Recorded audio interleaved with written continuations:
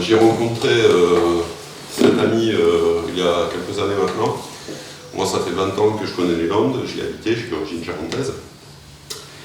Et ben, il y a eu une rencontre entre Yann et moi. Et il y a 2 ans, a germé dans notre cerveau l'idée de faire basculer cette circonscription. Voilà. Parce que, tout simplement, pas content de la politique nationale, pas content de la politique locale, c'est le moins qu'on puisse dire. Et depuis 2 ans, on travaille très dur sur le territoire, c'est-à-dire qu'on va à la rencontre des gens, de vous, de tous, pour simplement déjà nous faire connaître, puisque c'est très très difficile. Nous sommes dans un département quand même qui est un département accueillant, riche, tout ce qu'on veut, mais où il n'est pas évident ni aisé de se faire un nom. Donc maintenant, nous on a fait pas mal de constats avec Yann. On a trouvé un parti qui nous soutient, qui est CPNT, qui est Chasse, Nature, Pêche et Tradition, dont le président est membre du comité directeur, le président départemental, je veux dire, et membre du comité directeur ici ce soir, Jean-Jacques Vigneault. Et on a aussi décidé, avec plusieurs élus un petit peu partout en France, suite aux élections présidentielles, que tout ce qui s'était passé autour du candidat Fillon, avec les séguinistes, avec les gaullistes sociaux. Alors qu'est-ce qu'on appelle gaullistes sociaux? Eh bien, nous, on veut bien faire du social, tout simplement, mais pas en nivelant vers le bas, comme certains le font depuis des années, mais plutôt en essayant de tirer les gens vers le haut, c'est-à-dire de relancer la France. Aujourd'hui, on présente des candidats un petit peu partout en France, même en Outre-mer. Le plus lointain est à La Réunion, c'est notre ami Nativelle. Et on a décidé que la belle aventure qui avait été commencée avec François Fillon, puisque c'était quand même le seul qui avait un programme qui tenait le pavé sur tous les candidats de la présidentielle, et elle devait continuer. On ne devait pas lâcher, même si François Fillon s'est éloigné de la politique pour les raisons qu'on sait. Raison très simple, le marketing, comme le nouveau président, qui n'est qu'un produit, un pur produit marketing, qui d'ailleurs fait des petits cadeaux aux retraités. Je pense que certains doivent être contents de savoir que leur retraite va encore être décotée d'1,7%, lui qui devait les augmenter. Et on a même compris que, eh bien, on était riche maintenant avec une retraite à 1 200 € mensuels. C'est fantastique. J'aimerais bien que M. Macron vive avec 1 200 €, on rigolerait 5 minutes. Ah non, il avait 1 000 €, je crois, quand il était étudiant de luxe. Donc voilà tout simplement la raison de notre présence à tous ce soir ici. Alors je vais laisser la parole à notre cher président de CPNT, qui est un monsieur de qualité aussi, et je vais m'effacer puisque moi je ne suis que le suppléant, mais il faut quand même être là. Merci. Bien, chers amis, bonsoir. CPNT remercie M. le maire que nous avons le regret de ne pas l'avoir parmi nous, son équipe pour l'excellent accueil qu'il nous a réservé. C'est bon, on est bien accueilli, c'est parfait, il n'y a pas de souci. Depuis Jalon, président national et conseiller régional d'Aquitaine, vous invite à apporter tout vos soutiens à notre secrétaire départemental, Yann Brognard. En effet, Yann est, comme on a joint, il est le secrétaire départemental de CPNT Landes, qui comporte 460 adhérents ce jour. Notre président national m'a missionné pour vous confirmer que dans le cadre de ses mandats, il poursuit l'engagement de CPNT pour la sauvegarde et le développement de la ruralité, de toutes ses activités et modes de vie, que de nombreux détracteurs et mouvements dogmatiques, je pense que vous voyez de qui je veux parler, mouvements dogmatiques, LPO, CRAC, machin, tous ces gens-là qui veulent nous empêcher de vivre dans nos traditions. Donc ces mouvements dogmatiques, ils veulent supprimer tout notre ordre de vivre, etc. Maintenant, là j'ai fait un petit bilan, il est très court parce que c'est lui qui doit parler, nous présenter son programme. L'élection de l'ex-président de la République fut une catastrophe pour notre pays et nous en payons le prix fort. Vous avez d'ailleurs comme candidat un de ces conseillers du Parti socialiste qui a contribué au bilan désastreux de ce quinquennat. Je le nomme pas par courtoisie, mais vous voyez très bien de qui je veux parler. Et il se croit arrivé, mais je pense qu'il va rester accroché à vous de peine, celui-là. Avec un abattage médiatique sans précédent, le nouveau président de la République, formaté par le hollandisme, a été élu par défaut et a privé la droite républicaine d'avoir un candidat. On ne peut pas dire qu'il n'a pas fait de la mousse, ce jeune homme. Avec 24% de votes favorables pour son programme, encore plus destructeur que celui de son prédécesseur, le chef de l'État ne pourra pas gouverner. Il va lui falloir une majorité. Et c'est là où nous, on va intervenir, les électeurs, parce que c'est à nous de lui donner ou de ne pas lui donner la majorité. Et moi, je vous invite à ne pas lui donner.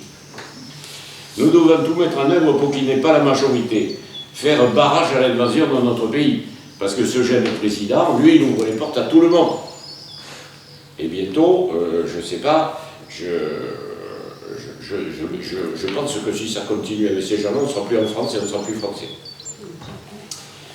Ensuite, il va siphonner le porte-monnaie des retraités. Ça y est, et puis chaque jour, il en annonce un peu plus. Alors, je n'ai pas voulu vous fatiguer avec toutes les mesures qu'il va nous enfiler, excusez-moi, parce que moi j'appelle ça de l'enfilage, des autres mesures, la liste elle n'est pas exhaustive, hein, et tout ça, ça va entraver encore un peu plus notre vie. Alors par contre, alors là c'est la cerise sur le gâteau, la nomination du nouveau ministre de l'Environnement. Grand donneur de leçons et grand client des compagnies pétrolières pour ses activités hautement médiatiques. Ce cher monsieur, grand donneur de leçons, n'arrête pas de voyager en avion, en hélicoptère, faire des balades avec sa famille, avec un bateau qui a 450 chevaux, qui doit à peu près consommer 80 litres de mélange de thaler pour faire du ski nautique avec ses enfants. Alors, c'est les activités hautement médiatisées de ce jeune homme, relatives à la conservation de notre planète. Mais je pense que d'abord, il devrait commencer par donner l'exemple. Faites ce que je dis, mais ne faites pas ce que je fais. Nous, CPNT, et moi-même, je considère que ce monsieur est anti-tout, donc un grand prédateur pour la ruralité. Quand je parle de la ruralité, je parle des hommes. Hein, je ne parle pas des animaux, je parle des hommes. Je parle de nous. Nous ne pouvons constater le manque de fidélité à leurs électeurs d'un grand nombre d'élus professionnels de la politique. Et alors là, en ce moment, c'est monnaie courante. Hein. Je suis à droite, je passe au milieu, je passe à gauche, je m'habille et je me déshabille. Donc, ces chers professionnels de la politique, ils retournent leur veste par opportunisme afin de conserver ou d'obtenir un siège par tous les moyens. Ce qui prouve le manque de considération qu'ils portent à leurs concitoyens. Ils n'en ont rien à faire de M. Vignon, de M. Brognard, de Mme Entel, de Jean-Pierre Paul-Jacques. Donc, ce qui compte, c'est s'installer dans les privilèges, magouiller à gogo et vas-y, je continue. Voilà. Et bien, moi, je pense que nous, il faut qu'on mette nous, le pouvoir, c'est nous qui allons l'avoir maintenant. Nous allons l'avoir par les urnes. Et c'est là où il va falloir qu'on se démène fortement. Alors, je suis donc ce jour parmi vous pour confirmer la candidature de Yann, qui est issu de la société civile, enfin un candidat aux élections qui sait ce que c'est que se lever à 5 h du matin, prendre l'appel, remuer du ciment et travailler 10 ou 11 heures par jour. Donc il est issu de la société civile, non professionnelle de la politique, qui a une parfaite connaissance de la vie, de son milieu rural, c'est-à-dire de votre milieu de vie, de vos besoins. J'ai donné personnellement l'investiture à Yann, qui est un homme courageux, travailleur, dévoué pour la cause publique, qui restera à l'écoute de vos besoins, de vos prérogatives. Et ça, c'est important. Il est nouveau en politique et il n'a pas de casserole aux fesses, il n'est pas pourri par le système. Et vous avez la chance d'avoir un candidat neuf, courageux, vaillant, et fonceur, et gagneur. Parce qu'il n'est pas là pour perdre. Hein? Si vous ne voulez pas souffrir pendant 5 ans de plus, il faut soutenir Yann moralement, matériellement, convaincre vos proches, vos amis, vos voisins. Il sera votre digne représentant national de la ruralité, sans cesse attaqué par les anti-tout et délaissé par les responsables de l'exécutif national. Je compte sur vous. il faut qu'ils soient votre député. Je vous remercie pour votre attention. À toi, Yann, de présenter ton programme. Merci Jean-Jacques. Et merci Fred. Ouais. Alors, bonjour à tous. Bon, pour ceux qui ne me connaissent pas, moi j'ai un peu d'émotion à être dans cette salle aujourd'hui d'Amou, parce que c'est la salle où Florence Bergès m'a marié le 22 août 2015. Donc j'ai beaucoup d'émotion à revenir ici, dans cette salle. Alors pour ceux qui ne me connaissent pas, je suis marié, j'ai 3 enfants, 3 filles, et je suis un peu investi dans la vie publique à Mauloise. Secrétaire général adjoint, mais maintenant en tout cas que membre du bureau cette année, parce qu'avec les élections c'était très difficile, du festival Chansons et mots d'amour. Président de l'association de parents d'élèves du collège. J'essaye de m'investir au maximum dans cette vie à Mauloise. J'essaye d'être un peu partout, je ne suis pas dans toutes les associations. J'aimerais bien aller jouer un peu de temps en temps à la pétanque avec notre ami Jackie, mais surtout qu'on s'est promis une partie. Mais malheureusement, le temps nous manque un peu des fois, et on n'arrive pas à prendre de temps pour se divertir. Si je me suis engagé, effectivement, comme disait Jean-Jacques, et ça fait 2 ans qu'on est sur ce projet de législative, on n'a pas attendu que notre ancien député passe l'arme à gauche. Voilà, paix à son âme. Malheureusement, enfin, mais ceci dit, ça a été un adversaire politique, je l'ai combattu, moi, ça fait 10 ans que je le combats déjà, ça fait 15 ans que je suis ici dans les Landes, avec une famille qui est issue... une partie d'Agetmo, l'autre partie d'Andaille au Pays Basque. Et même si je suis né à Paris, j'ai choisi de venir vivre ici, dans les Landes, à Amou particulièrement, d'y élever mes enfants, d'y payer mes impôts, d'y travailler, voilà, parce que j'avais réellement cette envie de revenir dans le milieu rural, qui est tellement décrié à Paris, par nos chers Parisiens qui pensent que Paris est le nombril du monde. Malheureusement, c'est pas comme ça que ça marche. Donc déjà, je voulais vous remercier d'être là. Je vais remercier le monsieur le maire, même si je sais que ce soir, effectivement, il est à un concert et voilà, et qu'il ne pouvait pas être là, mais je le remercie de m'avoir prêté la salle, et ainsi que toute l'équipe municipale. Je pense que vous ferez le relais, parce que demain, je serai pas sur Amou. Et maintenant, je voudrais vous parler un petit peu de, effectivement, la situation politique en France. Bon, on a tous vécu l'élection d'Emmanuel Macron, qui, une fois de plus, on élit un président par défaut, parce que réellement, il n'a été choisi que par 15 à 16% des Français. Voilà. C'est pas le président de tout le monde. Aujourd'hui, il est quand même là, il est en poste. On va faire avec. Hein. On avait voté pour certains à la primaire de la droite, pour mettre dehors la girouette du Béarn. On l'a jeté par la porte, il est rentré par la fenêtre. Ce monsieur moral qui va nous faire une loi de la moralisation de la vie politique et qui est lui-même mis en examen aujourd'hui. Aujourd'hui, le premier gouvernement d'Édouard Philippe, je crois qu'il bat un record. Il bat celui de Jean-Marc Ayrault, de son premier gouvernement, parce qu'en 15 jours, ils sont déjà à 3 affaires. Fabuleux. Qu'est-ce qui se passera la semaine prochaine? On n'en sait rien, mais effectivement, ça commence mal. Après, aujourd'hui, l'État, et on l'a vécu sous le gouvernement précédent, est gouverné par des énarques.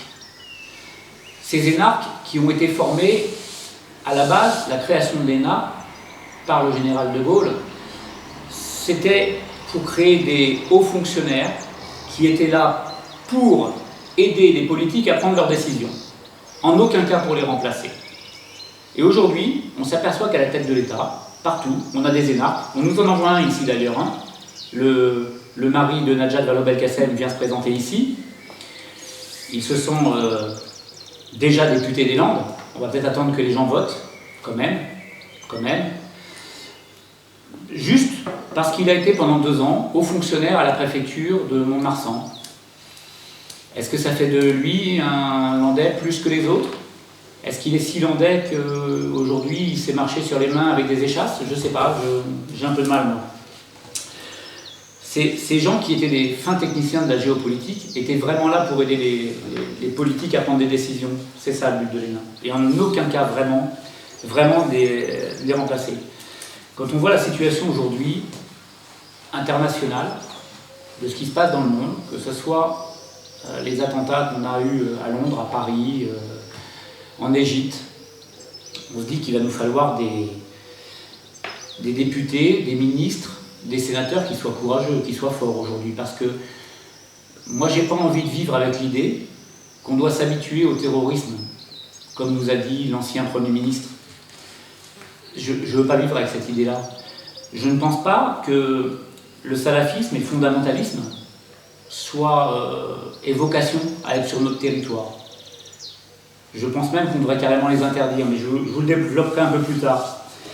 La situation qu'on voit avec la Russie aujourd'hui, et ce que nous a fait l'ancien président en refusant la vente des 2 porte-avions sous prétexte de ce qui se passait en Ukraine, a tendu des relations avec un pays qui était un partenaire malgré tout, et avec qui il va falloir compter, parce que si on veut venir à combattre ce terrorisme islamiste, fondamentalisme, on ne pourra pas se passer des Russes, on ne pourra pas se passer des Américains non plus. Il va bien falloir que tout le monde travaille ensemble. Et ça, c'est aussi le travail des députés courageux, de faire en sorte de prendre des lois en France, de voter des lois qui permettent aujourd'hui de lutter contre ça. De lutter pour qu'enfin les Français vivent dans la paix, quoi. Enfin qu'on arrive vraiment.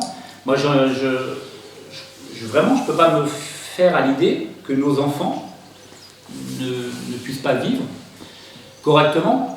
Moi, je suis de la génération, je suis de la première génération qui n'a pas connu la guerre.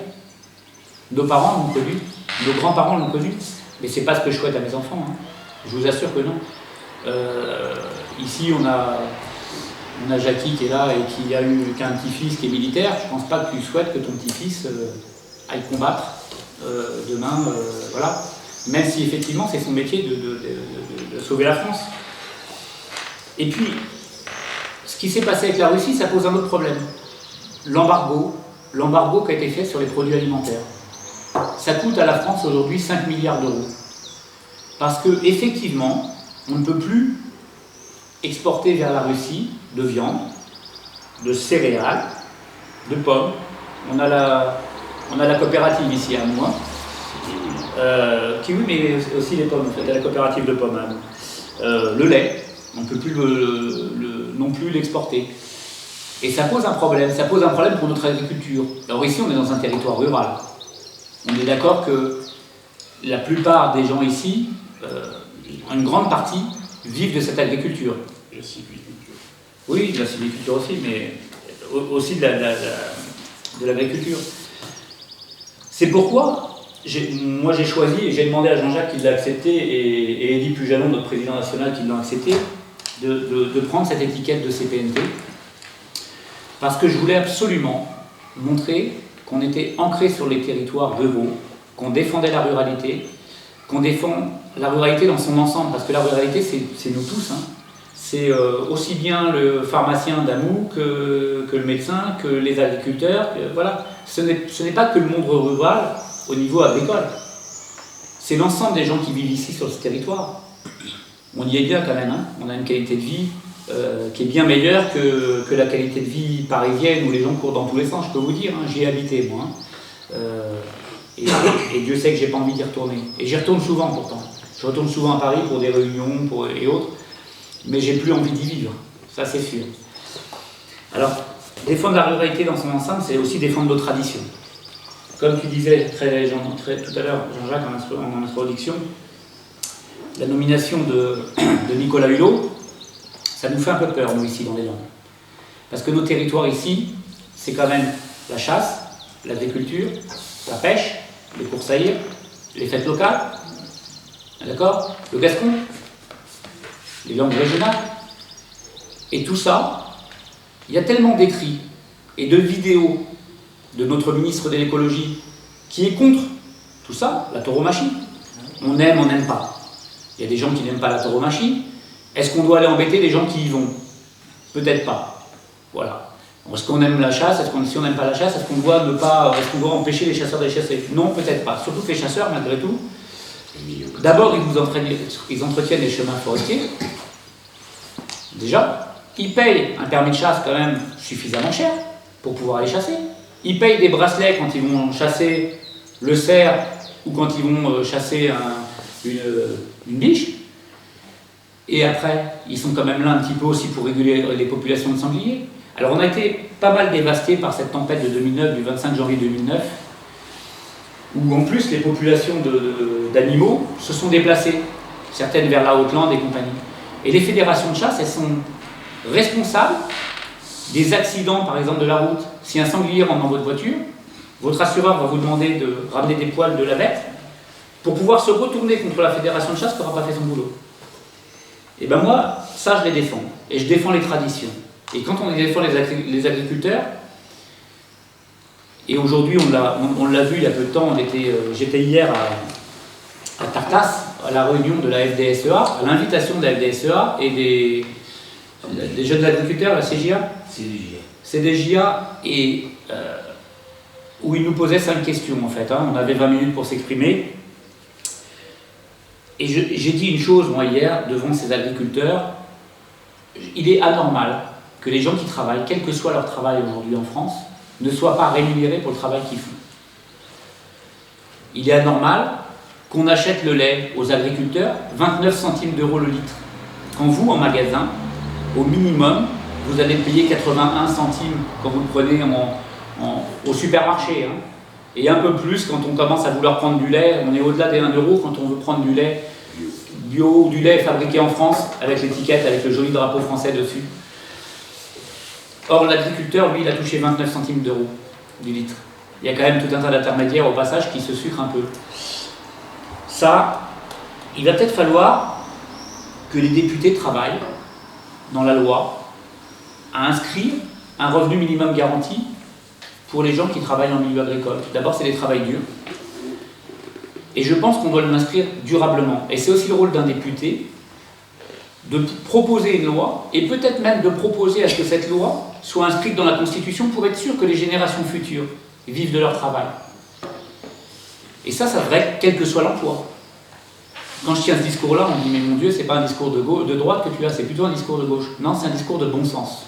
C'est juste du bon sens. Remettre du bon sens dans la politique, c'est un peu notre credo, à Fred aussi, et je l'associe complètement parce que depuis 2 ans, on travaille ensemble, et ce qu'on veut, c'est faire un binôme. On veut vraiment travailler ensemble.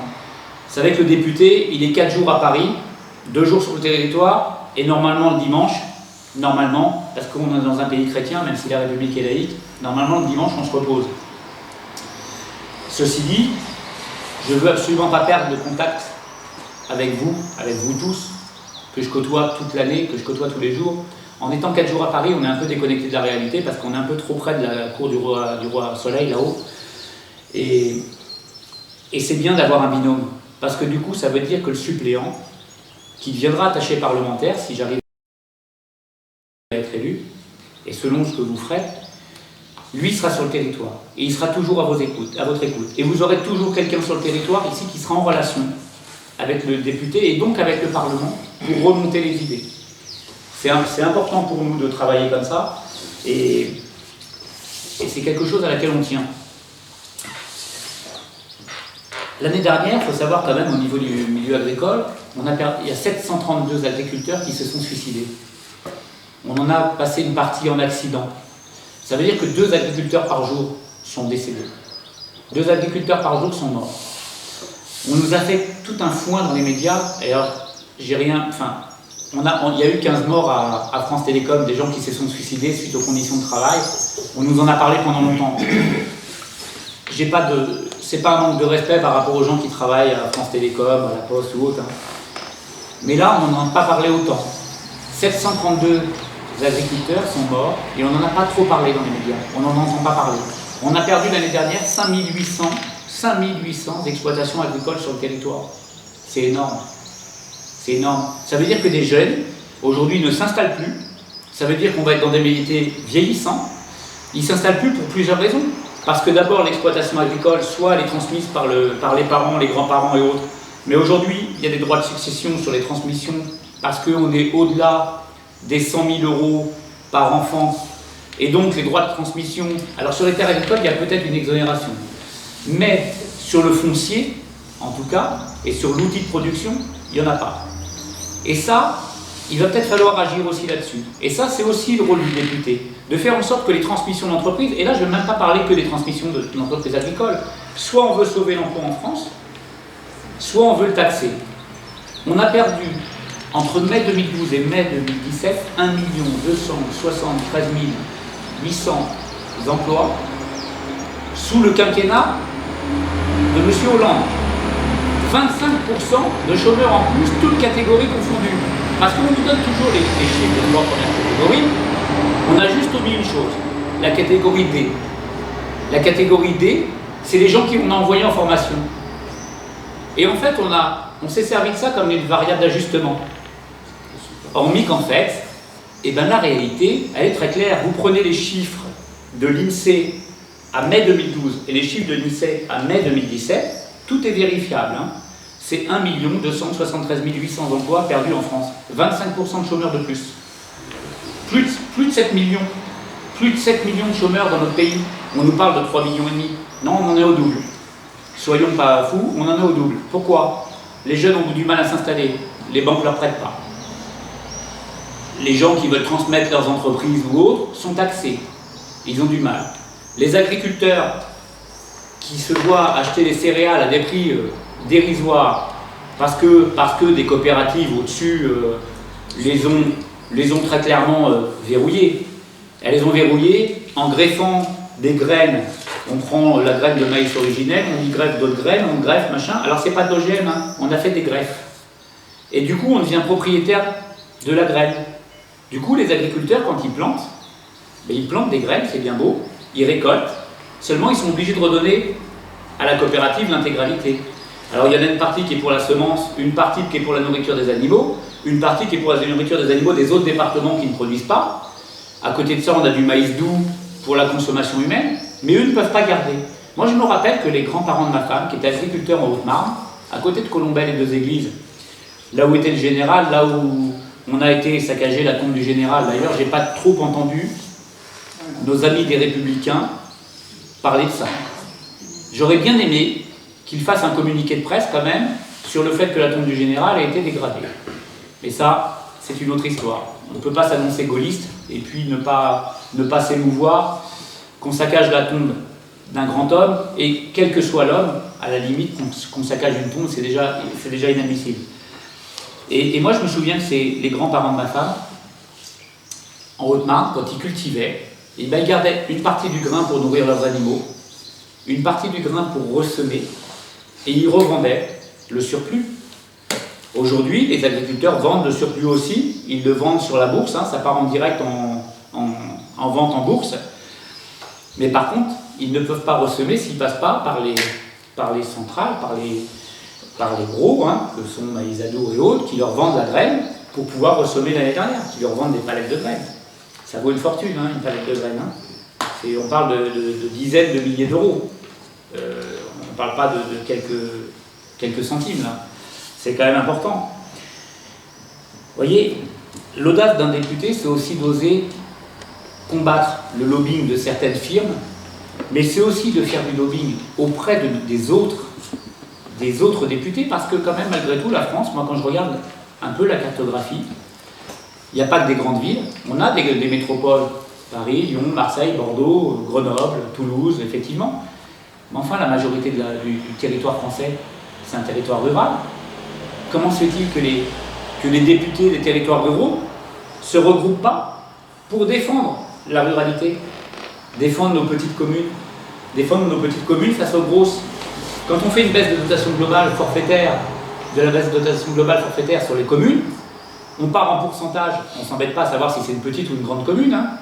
On ne fait pas de cadeaux aux petites, c'est la même chose, on baisse en pourcentage de dotation globale.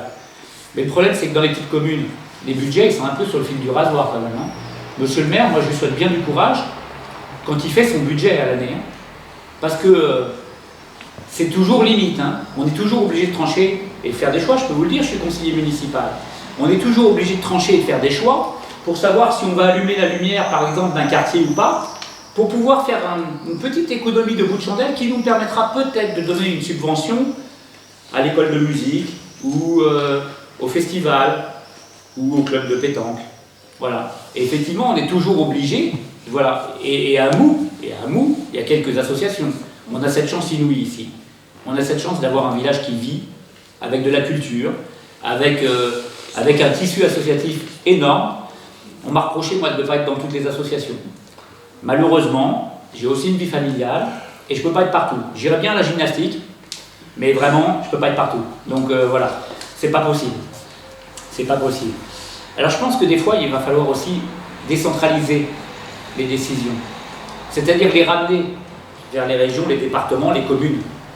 Aujourd'hui, on est en train de créer, et sous l'ordre du préfet, et ceux qui n'ont pas voulu le faire, on leur a imposé. Il y a eu le cas sur Samadé, en fait, tout le Tursan qui s'est rallié à Jetmo en même temps et à Saint-Sevé, au Cap de Gascogne. Et le préfet a imposé. On a dit, de toute façon, c'est soit vous le faites, soit vous ne le faites pas, et c'est moi qui vais décider de le faire. Comme ça, c'était vite fait. C'est des décisions où les maires n'ont plus le droit de dire quoi que ce soit. On leur a imposé de se regrouper, sous prétexte de faire des économies. Seulement, en faisant ça, on éloigne un peu plus le citoyen des décisionnaires. Parce qu'on a concentré, du coup, le pouvoir dans quelques mains.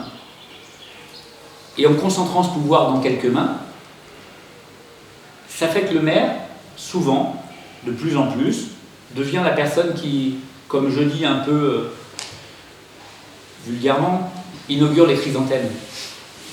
C'est malheureux, hein, mais le maire il n'a plus le pouvoir dans sa commune. Ils sont maintenant souvent obligés de faire ce que l'intercommunalité leur impose. Alors c'est sous prétexte d'économie. Seulement, ce n'est pas toujours le cas. Parce que moi, j'ai encore dans la tête ce qui s'est passé dans la nouvelle communauté de communes qui regroupe à Jetmo, le Cap de Gascogne et Chalosse-Tursan. Et la première décision qui a été prise par le président de la communauté de communes, ça a d'ailleurs fait les gros titres de la presse, c'est d'abord avant tout de penser à eux et de s'augmenter. C'est-à-dire de se mettre un salaire qui correspond à une communauté de communes de plus de 50 000 personnes. Mais nous ne sommes que 25 000. Jean-Jacques, ici, a été épargné à nous, parce qu'il ne voulait surtout pas se lier à quoi que ce soit. Et puis on a 14 communes dans le canton. Le préfet n'est pas venu l'embêter, tant mieux. La communauté de communes d'Amou est restée celle qu'elle est. Voilà. Et il s'est battu pour ça. Et là, je l'en félicite, vraiment, je félicite monsieur le maire pour avoir fait ça, parce que je pense que c'était important. Je ne vois pas qui on nous aurait mis d'ailleurs. Parce que Montfort ne voulait pas de nous, tant mieux, peut-être, à Amou. Voilà, ils n'en voulaient pas, ils se sont regroupés de l'autre côté. Les autres autour s'étaient regroupés déjà. On est resté tout seul au milieu. Ben, écoutez, tant mieux que ça passe comme ça, c'est pas un gros souci. Après, défendre les petites communes face aux grandes, c'est qu'on ne doit peut-être pas appliquer les mêmes taux en fonction de la taille des communes. Et moi, je pense que la limite de 5000 habitants est pas mal. Quand on est dans une commune au-delà des 5000 habitants, on commence déjà à être dans une petite ville. Quand on est dans les communes en dessous, on est encore dans des villages, même si c'est des gros villages, même si à Mou, aujourd'hui, on est peut-être à peu près 1600, on est en tout cas plus de 1500. Il y a une limite, et 5000 habitants, je pense que c'est pas mal, mais il faudrait aider ces petites communes, parce qu'elles n'ont pas du tout les mêmes moyens que les grosses. Quand on voit que ce qui a été fait à l'éducation nationale avec les temps d'accueil périscolaire, qui était peut-être pas une mauvaise idée à la base, le temps d'accueil périscolaire, c'est la façon dont ça a été présenté par les trois sinistres successifs de l'éducation nationale. L'éducation nationale très mal nommée, à mon avis, parce que l'éducation, ça vient des parents, à la base. Et après, la formation, l'instruction, le savoir, effectivement, ça doit être dispensé par l'école. Mais l'éducation, c'est le parent. Mais les parents, souvent, ont abandonné l'éducation. Peut-être pas chez nous. On a encore cette chance ici, dans nos villages, et je peux vous le dire en tant que président de l'association des parents d'élèves, ça se passe plutôt bien au collège d'Amou. Il n'y a pas trop de cas de problèmes ni quoi que ce soit, réellement. Et puis en plus, il y a une équipe qui est en place qui est plutôt sympa. Donc il faut leur dire quand même qu'ils sont bien. On a de très bons profs ici. Donc pour les enfants, ça se passe bien. Mais je pense qu'effectivement, on doit aider les petites communes à emmener de la culture. Nous, ici, on a cette chance inouïe. Là, à Hamoux, on en parle ce soir, là où on est, d'avoir Jean-Pierre Ardon, qui nous a amené le festival Chansons et mots d'amour. Vraiment. Parce que c'est... et puis ici, moi je vois dans la salle ici des gens qui travaillent en tant que bénévoles. On y est presque tous en tant que bénévoles. Et moi aussi, hein, je déplace les chaises et compagnie, j'essaye de faire... on essaye de faire ce qu'on peut, on essaye de faire la sécurité, on est là où on a besoin de nous. Et d'amener de la culture dans les villages, c'est plutôt sympa, vraiment. Mais tous les villages ne peuvent pas se le permettre. Tous les villages n'ont pas les belles arènes que l'on a avec la place de la Técouère. Tous les villages n'ont pas le maire que nous avons ici et qui nous permet de faire ces activités. Et vraiment, c'est un peu dommage. Donc je pense qu'effectivement, les petites communes doivent être aidées. Et ça, c'est au plus haut sommet de l'État de le faire. De dire, on va peut-être taxer un peu plus les grosses communes, et puis un petit peu moins les petites, pour leur laisser une petite part de budget qui leur permettra de faire autre chose. Mais aujourd'hui, ce n'est pas ce que j'ai entendu de tous les candidats à la présidentielle qui sont passés dans l'Association des maires de France.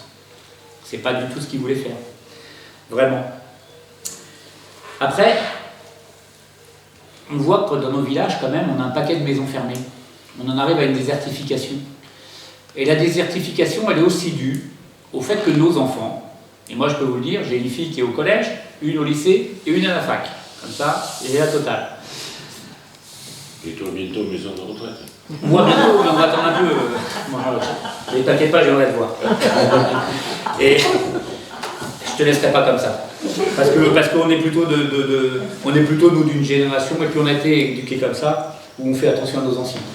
Ah, c'est sûr. Et je le dis en toute amitié, et vraiment, vraiment, quand je dis ancien, c'est un mot qui n'est absolument pas péjoratif pour moi, parce qu'on a beaucoup de respect pour nos anciens. C'est eux qui ont créé la richesse du pays quand même. Hein. On a plutôt intérêt à les soigner. Et vous voyez, la désertification elle vient aussi du fait que nos enfants, quand ils doivent faire leurs études aujourd'hui, ils doivent partir à Pau, à Bordeaux, à Marseille, à Toulouse, Paris pour certains, selon les écoles qu'ils ont choisies. Qu'est-ce qu'on a ici dans les Landes? Qu'est-ce qu'on a comme école? On a une école du cinéma à Mont-de-Marsan qui coûte environ 40 000 € par an aux envois, donc tout le monde ne peut pas y aller. Hein. On a quelques lycées agricoles sur Orthès et compagnie, mais après au-delà, dans le 3e cycle, on fait quoi? On n'a pas de faculté ici.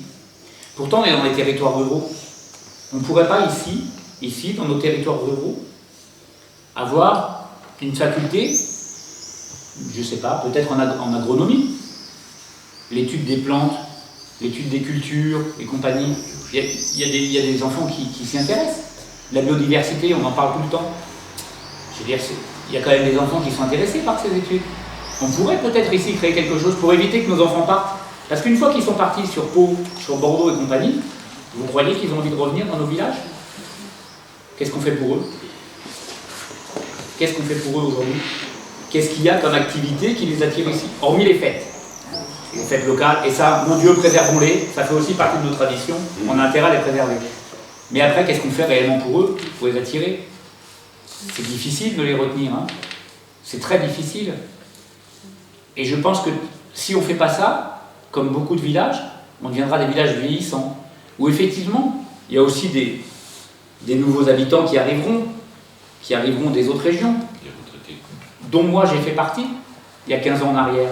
Mais je suis venu ici en m'intégrant dans les Landes et puis en allant vers les autres. Voilà. Et puis j'ai pas embêté les gens pour qu'on arrête le clocher du village ou pour le coq qui chante à côté. Vous voyez, chez moi, j'ai 2 tondeuses. C'est 2 moutons. C'est fabuleux. Alors moi, du coup, je n'ai qu'à les tondre qu'une fois par an. Du coup, c'est plutôt sympa. Voilà. Mais comme ça, j'ai pas besoin de tondre le jardin. Par contre, elle tondre aussi les fleurs. Ça, c'est une horreur. Il va falloir qu'on trouve une solution. Donc, mais ça, c'est autre chose. Mais on fait aussi de l'écologie quand on est de droite. Contrairement à ce que les gens pensent. On n'est pas des gros pollueurs, des vilains pollueurs, non. Alors, en plus de créer quelque chose, c'est-à-dire que, pourquoi pas, comme je disais, c'est une faculté en agronomie, qui serait en même temps l'étude des sols, l'étude du climat, les techniques de culture, parce qu'on en parlait hier dans cette réunion à Tartas, la gestion de l'eau, C'est un problème pour les agriculteurs, la gestion de l'eau.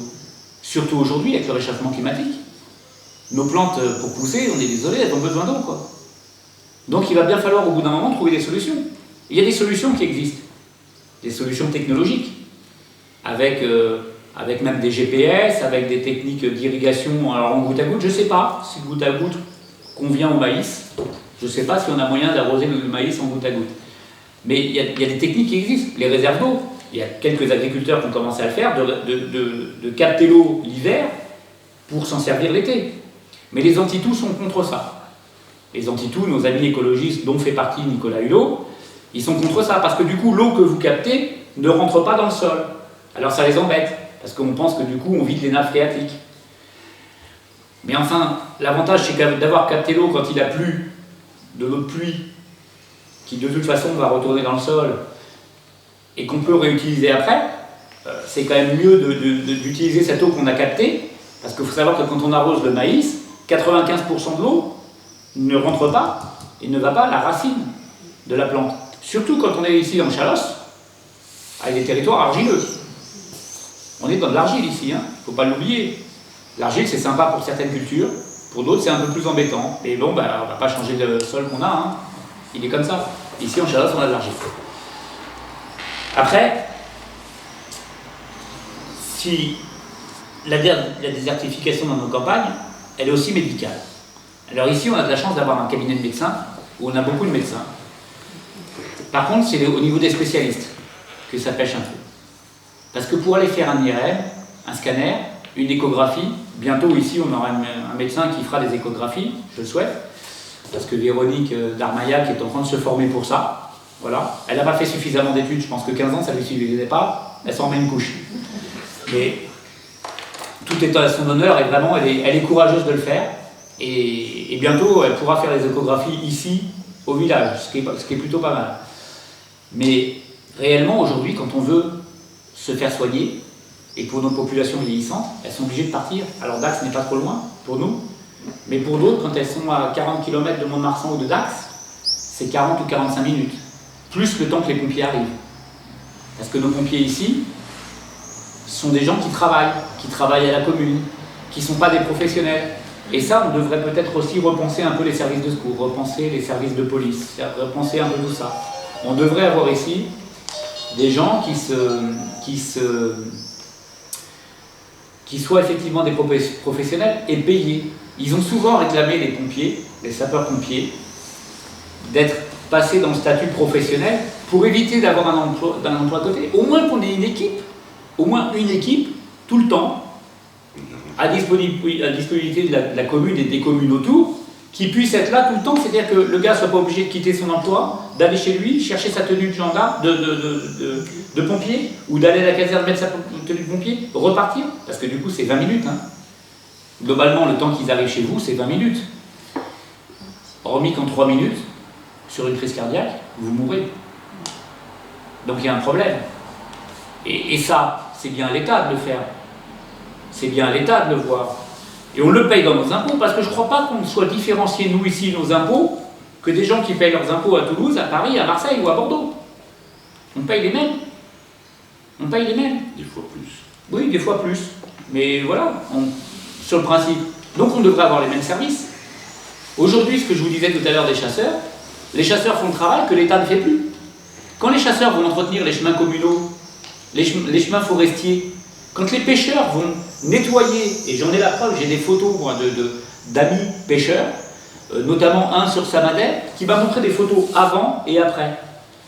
Nettoyer une zone de pêche pour que lui soit dans une zone agréable pour pouvoir pêcher.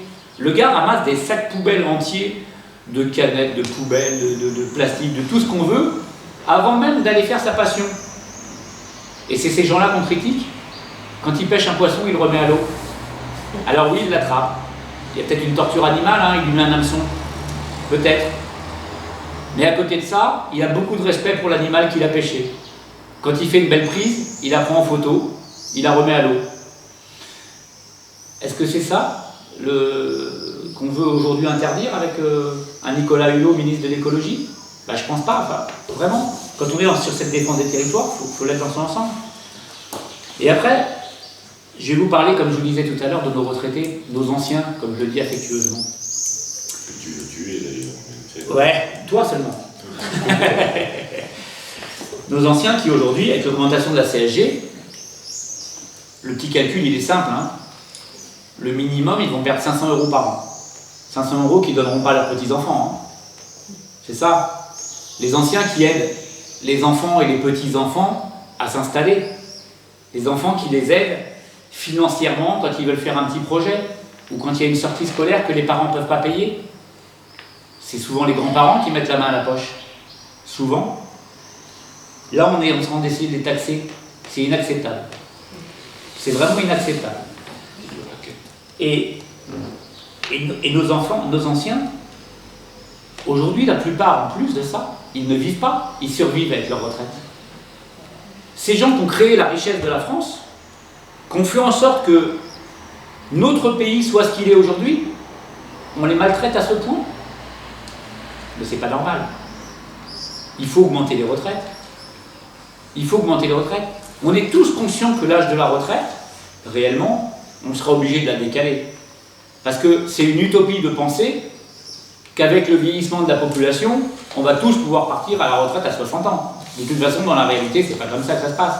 Moi, mes parents, c'est pas vieux. Les gens qui sont nés dans les années 40, après-guerre, ils partaient à la retraite à 65 ans et ils disaient rien. Et puis ils travaillaient pas 35 heures par semaine. Ils ont travaillé 42, 43. Quand c'était pas 48, ils travaillaient 42 heures. Et on les entendait râler? Je crois pas. Vraiment. C'était logique d'aller travailler. Alors aujourd'hui, il n'y a plus de travail. Mais c'est un engrenage sans fin. On ne peut pas toujours vouloir plus de loisirs et vouloir travailler moins et gagner plus. C'est pas possible. Le revenu universel de M. Hamon, mais arrêtons les bêtises. D'ailleurs, personne n'en a voulu. La preuve, il a fait 6% ou 7% à la présidentielle. 6,80%. À la présidentielle. Ça prouve bien que les Français sont quand même pas complètement des couillons. On a un petit peu, un minimum d'intelligence quand même. Quand même. Même si on a élu Macron qu'on n'a pas voulu. Mais ça, c'est autre chose. Et après, je vais vous parler de l'État. Il serait temps de maintenir l'État dans ses prérogatives. Moi, d'entendre que nos forces de l'ordre ou nos pompiers, dans certaines villes, sont caillassés quand ils vont sur des interventions pour sauver la population, ça m'est insupportable. Mais vraiment, ça m'est insupportable d'entendre ça. Je ne sais pas vous, moi ça l'est. Moi je dis qu'on doit appeler des voyous, des meurtriers, des terroristes, des terroristes. Des délinquants, ça s'appelle des délinquants. Ça ne s'appelle pas des jeunes désœuvrés, et ça ne s'appelle pas des malades. Un malade, on le soigne. Ces gens qui font ça, il faut les appeler par leur nom. Il faut être ferme. Il faut que l'État, dans ses missions régaliennes, que sont la police, la justice, l'armée et compagnie, toutes ces missions régaliennes, l'impôt en fait partie. Voilà. Toutes ces missions régaliennes, il faut qu'elles reviennent à l'État. Quand j'entends que les socialistes sont prêts à donner à des sociétés privées la gestion des radars, mais de quoi parle-t-on? C'est fait. Des gens qui vont nous flasher 24 heures sur 24, des gens qui vont être dans des voitures au bord des routes 24 heures sur 24. Mais il n'y a pas de problème, continuez comme ça les amis, continuez. Ça veut dire quoi? Ça veut dire qu'au bout d'un moment, on n'aura plus de permis de conduire, que les gens qui sont sur la route, la plupart du temps, et ceux qui font le plus de kilomètres, sont les agents commerciaux, sont les gens qui travaillent, qui font 70 000 km par an. C'est ces gens-là qui ont le plus de risques de se faire prendre. Donc ces gens n'auront plus de permis de conduire, ils ne pourront plus aller travailler. Mais continuons, on a déjà 1 273 000 chômeurs de plus. Mais comme ça, on en aura 2 millions. Ou alors on aura des gens qui iront travailler sans permis de conduire. Et qui, le jour où ils auront des accidents, iront en prison. Parce que ces gens-là ne seront pas assurés à partir du moment où ils n'ont pas de permis. Mais c'est complètement délirant. L'Angleterre a supprimé les radars automatiques. Pour la plupart des endroits, ils ont supprimé. Parce que les radars automatiques sont dangereux. Parce que vous le voyez, ne serait-ce qu'à Jetmo, quand vous arrivez sur l'intermarché d'Agetmo, ce radar qui est pourtant à 90 km/h, bien que 40 mètres après vous passez à 50 km/h, il est à 90 km/h, le nombre de gens qui freinent mais pas qui freine, qui pile devant le radar. Vous êtes derrière, vous êtes à 90 ou à 80 derrière la voiture, derrière, même quand vous gardez les distances de sécurité, le gars pile devant le radar, de peur de se faire prendre. C'est-à-dire qu'aujourd'hui, le conducteur, il a les yeux rivés sur son compteur et du coup, il ne regarde plus la route. C'est ça la réalité des gens qui conduisent et qui sont sur la route toute la journée. T'en es un exemple, toi, Bernard? Toi qui es agent commercial, tu es sur la route toute la journée. Et voilà. Et aujourd'hui, c'est ces gens-là qui risquent leur permis. Vraiment. Alors qu'on soit plus dur sur l'alcoolémie, sur les médicaments et autres, pourquoi pas? Et sur les drogues. Ça ne me pose pas de problème, bien qu'il n'y ait pas trop de contrôle pour ça. Par contre, la vitesse, on taxe. Hein. Parce que l'automobiliste, ça, c'est une bonne éponge. Hein. On peut y aller, on fait rentrer de l'argent avec ça. Le radar automatique, c'est fabuleux parce que quand vous voulez, de toute façon, aller... comment on dit ça? Contredire, enfin, comme on veut... contester, excuse-moi, je ne trouvais pas le mot, merci. Contester un PV, vous devez payer d'abord. Hein. Et puis une fois que vous avez payé, il n'est pas du qu'on vous rembourse. Ça, c'est une chose. Après, dans l'État, les gens qui se battent contre nos forces de l'ordre, que ce soit nos soldats, n'importe où dans le monde, ils n'ont pas vocation à revenir sur le territoire. Et ça, je le dis haut et fort, j'assume mes propos. Ces gens qui se battent contre notre État n'ont pas à revenir sur le territoire. On doit les laisser là où ils sont. Point final. Oui, envoyez. Non, mais après, qu'ils soient français ou pas, à partir du moment où ces gens se battent contre nos soldats, ils n'ont pas à revenir. Et si tant est qu'ils reviennent sur le territoire, ils doivent être immédiatement incarcérés. Et sans possibilité de libération. C'est-à-dire que très clairement, ces gens doivent être condamnés à 30 ans de prison, puisque c'est la peine maximale aujourd'hui qui existe. Point final. Vous vous battez contre votre pays, vous n'avez pas à revenir dedans. On ne peut pas se battre d'un côté et venir profiter après des largesses du pays, des aides et compagnie. C'est pas possible. On ne peut pas venir après et on ne peut pas brûler un drapeau et puis profiter en même temps des aides de la CAF ou d'autres. C'est pas possible. Soyons bien clairs. C'est juste du bon sens. Vous voyez, ce que je disais tout à l'heure des salafistes, des fondamentalistes, c'est pareil, ils n'ont rien à faire en France, ces gens-là. Ces gens qui font des prêches contre notre pays, expulsion. Point final. Il n'y a pas, puisque de toute façon, ils n'embrassent pas la religion qui est ici dans notre pays, on est complètement d'accord que notre pays est chrétien. La République est laïque. Mais le pays de Clovis à Charles VIII, j'ai bien tout ce qu'on veut, le siècle des Lumières et compagnie, qu'on n'apprend plus à l'école. Notre pays, à la base, est chrétien. Je vais finir un petit peu, parce qu'on va pas vous tenir 300 ans. C'est pareil sur le logement.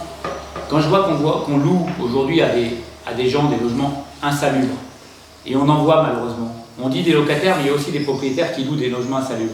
Je pense que là, il va falloir mettre une loi en place pour éviter que les logements qui sont vraiment insalubres, dans lesquels il y a trop d'humidité, et compagnie, qui posent des problèmes de santé à certains, ne puissent plus être loués tant qu'ils n'ont pas été rénovés.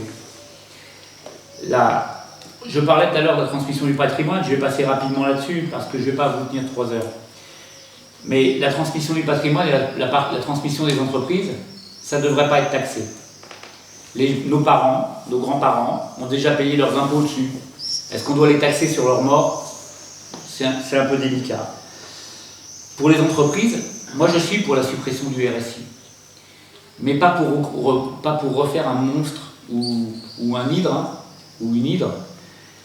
Plutôt pour qu'on mette dans le régime général pendant les 3 premières années d'une entreprise, les créateurs d'entreprise.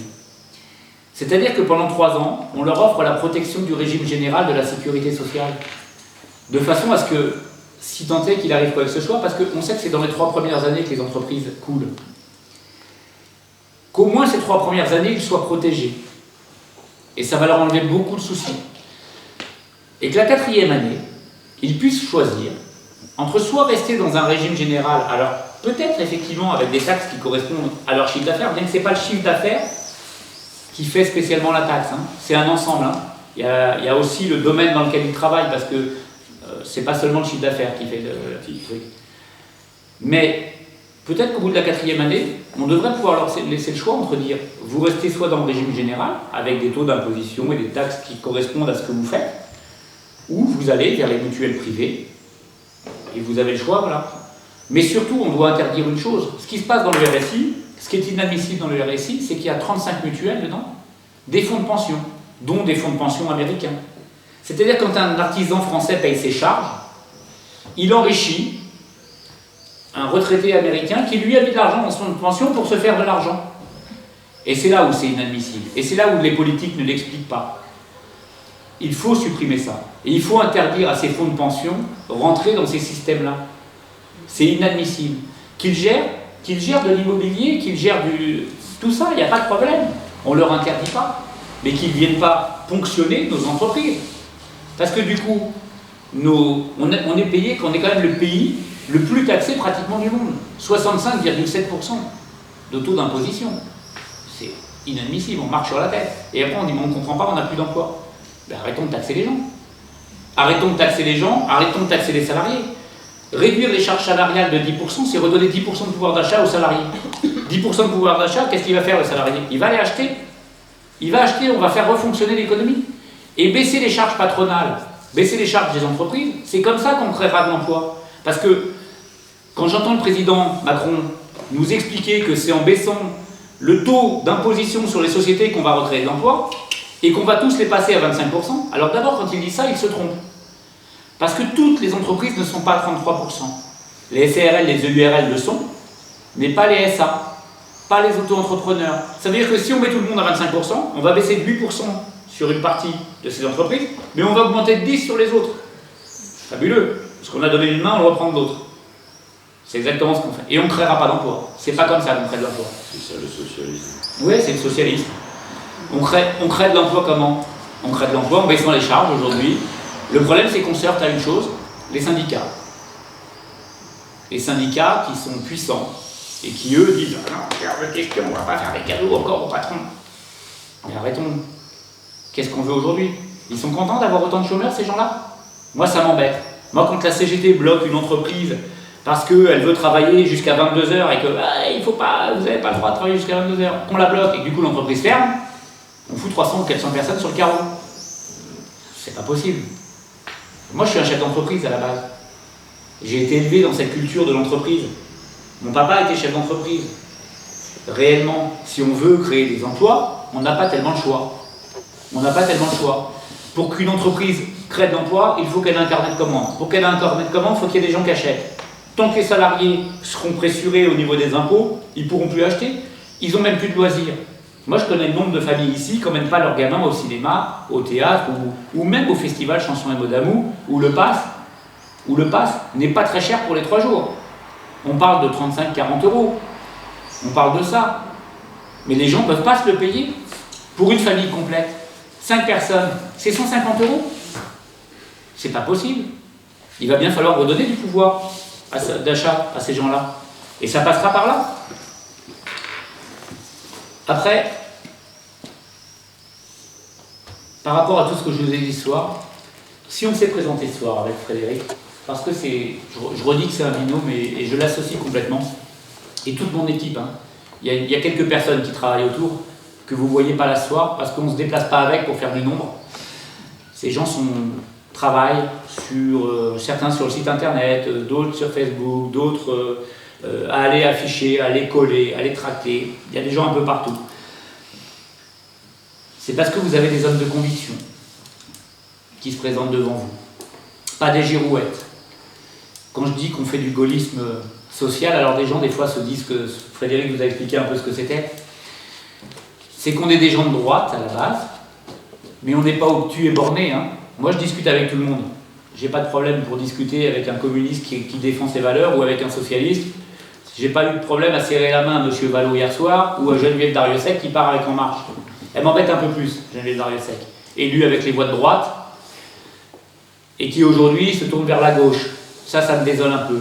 Bayrou, notre girouette du Béarn, voilà, notre girouette du Béarn qui lui, depuis 2006, vote contre la droite. Mais par contre, c'est allié à la droite, sous l'image de Couleur Land, pour pouvoir avoir des postes. pour avoir des élus dans les conseils municipaux, conseils régionaux. La première chose qu'a fait le MoDem dans la région Aquitaine, je ne sais pas si vous êtes au courant, quand ils ont été élus au lendemain des élections régionales, la toute première chose qu'a fait le MoDem, c'est de créer un groupe à part. Les 8 élus du MoDem se sont mis à part à la région. Vous savez ce que ça a eu comme conséquence? C'est que la première force d'opposition à Alain Rousset, le président socialiste de la région Nouvelle-Aquitaine, qui a été créé sur un coin de table à l'Élysée, un soir de beuverie peut-être, du président, entre 2 voyages en scooter. La première conséquence que ça a eu, c'est que la première force d'opposition à la région, elle s'appelle le Front National. C'est que le Front National, de ce fait-là, a un élu de plus que les Républicains. Mais c'est énorme, la conséquence. C'est que ça leur donne aussi plus de temps de parole. Que ça leur donne aussi plus de pouvoir à la région. Et M. Colombier, heureusement que c'est une truffe en communication, parce que moi j'aurais été à sa place, j'aurais été la première force d'opposition, j'aurais fait des panneaux 4 par 3 dans l'ensemble de la région, en marquant « Merci au MoDem ». Merci de nous avoir donné la première force d'opposition de la région. Heureusement, il n'en a pas eu l'idée. Heureusement. Et maintenant, il ne pourra plus l'avoir, c'est filmé. Tant pis pour lui. Mais ça, c'est une chose. Alors, on a souhaité, nous, un binôme équilibré. On nous a parlé de la parité. On nous a dit, mais vous avez mis 2 hommes. Et pas un homme et une femme, comme ça se fait partout. La parité, dans ce sens-là, non pas que je défends les femmes, hein, je peux vous assurer que je défends les femmes. Mais la parité dans ce sens-là, ça veut dire quoi? Ça veut dire que quand une femme est élue à l'Assemblée nationale, si elle a le bonheur d'attendre un enfant, ou d'avoir d'autres choses, ou d'être élue ministre, et qu'elle part de l'Assemblée nationale, elle est remplacée par un homme. Voyons ça comme ça aussi. Que si un homme, du coup, est nommé ministre, il est remplacé par une femme. C'est plus la parité. L'Assemblée nationale n'est plus paritaire. Et puis on a des concurrents qui sont en même temps des amis. Moi je vais prendre l'exemple de l'UPR, avec Marie Radoz, avec qui j'étais hier soir et avec qui on a discuté très gentiment, qui se présente bien pourtant avec une femme. Et elle était complètement d'accord avec moi. Donc quand les gens nous attaquent sur la parité, je pense qu'il faut un peu qu'ils sachent de quoi ils parlent. Qu'on ait la parité dans les conseils municipaux, qu'on ait la parité dans les conseils régionaux. Et c'est très difficile aujourd'hui. Parce que peu de femmes veulent s'engager en politique. Parce que c'est difficile la politique. Parce que plus on va haut, plus on prend des coups. On a commencé à nous en donner, rassurez-vous. Hein. Avant, nous étions des combattants. Maintenant, avec les coups qu'on a pris, nous sommes des guerriers. Tant mieux, ils ont réussi. Comme ça, ils ont quelqu'un qui est encore plus déterminé face à eux. On va au combat pour gagner cette élection. On va au combat pour gagner ce département, pour gagner cette circonscription et pour vous défendre. Notre but, c'est d'être là pour les Landaises et les Landais. Pas pour autre chose. On n'y va pas pour un poste. Je peux vous assurer qu'on n'y va absolument pas pour un poste. Le but, notre but, c'est de continuer à défendre la ruralité dans son ensemble. Et on va la gagner. Eh bien, c'est gentil. Et notre but, c'est aussi de défendre votre qualité de vie. En tout cas, je voulais vous remercier de votre écoute. Je suis un peu bavard, hein. J'ai parlé un peu. Mais c'était important de vous expliquer pourquoi on voulait absolument faire passer les Landes, enfin, dans le XXIe siècle. Et c'est notre but. On a de l'audace pour ça, on a du courage, mais le courage, c'est aussi vous qui nous le donnez. Vous qui êtes là, à nous écouter, parce que c'est vous qui allez les voter. Nous aussi, on est des électeurs de la 3e circo, donc on va les voter, rassurez-vous. Hein. On y a été aussi au présidentiel. Hein. Et on a fait combat, Dieu sait qu'on a fait combat pour le candidat de la droite. On a été affiché, on a été collé, combien des cadres du parti dont était issu le candidat n'étaient pas sur le terrain. Et ça m'embête. Moi, ça m'embête que des gens qui soient dans des meetings pour aller manger des petits fours ou pour aller se montrer sur un podium n'étaient pas là sur le terrain pour défendre le candidat de la droite, à qui il a manqué 6 voix par bureau de vote au plan national pour être élu. En tout cas, pour être au second tour. Il aurait été sûrement élu s'il était tombé face à une Marine Le Pen. Mais on a fait peur aux gens. Les médias nous ont choisi un candidat. D'ailleurs, je me disais qu'en 2022, on ne va pas s'embêter, on va directement téléphoner à BFM TV, on va leur demander quel candidat ils veulent, on n'en parlera plus, ça sera réglé. Non, mais ça évitera bien des soucis, vraiment. Et des frais. En tout cas, moi, dès le 11 juin, je compte sur vous. Parce que le 11 juin, il ne va pas falloir se tromper. Soit on veut quelqu'un qui vous défende et qui défende le territoire, et je compte sur vous aussi pour faire passer la bonne parole et de diffuser autour de vous. Si vous avez été convaincu par ce qu'on vous a dit, si vous êtes convaincu qu'on peut gagner ce territoire, ben c'est à vous de le faire. Nous, on le fait, hein, on met toute notre force, toute notre hargne. Hein. On va faire des réunions publiques tous les soirs. La première semaine, on n'en a pas fait, on était sur le territoire parce qu'on était avec les gens, on était au milieu des marchés, des agriculteurs, des éleveurs, on avait pas mal de rendez-vous avec les entreprises. On n'a pas toujours convié la presse à venir, surtout pas, parce que c'était pas le but de faire de la promotion, c'était le but d'aller écouter les gens qui sont dans la misère, qui sont aujourd'hui dans la détresse, que sont les éleveurs, les gaveurs, les agriculteurs, que sont certaines entreprises. J'ai rendez-vous mardi avec un artisan commerçant charpentier qui lui était à la limite du dépôt de bilan. Ben voilà, c'est ça ce qu'on veut faire. En tout cas, je vous remercie. Et puis, si vous le voulez bien, on va prendre un petit pot d'amitié ensemble. À moins que, Si vous à moins que vous ayez des questions. Oui. Mais après, on peut aussi poser des questions pendant qu'on boit un coup. C'est vous qui voulez, comme vous voulez. Vas-y, Jean-Jacques. Je ne veux pas prendre sa place, mais je rajouterai qu'il y a une opportunité sur cette circonscription qui a été anesthésiée pendant 30 ans par idéologie politique. Ce département a été maîtrisé par idéologie politique, mais pas pour l'intérêt, le besoin et le désir des citoyens. C'est maintenant le changement. C'est maintenant qu'il faut le faire. C'est pas dans 2 ans. Et je vous invite à boire un coup.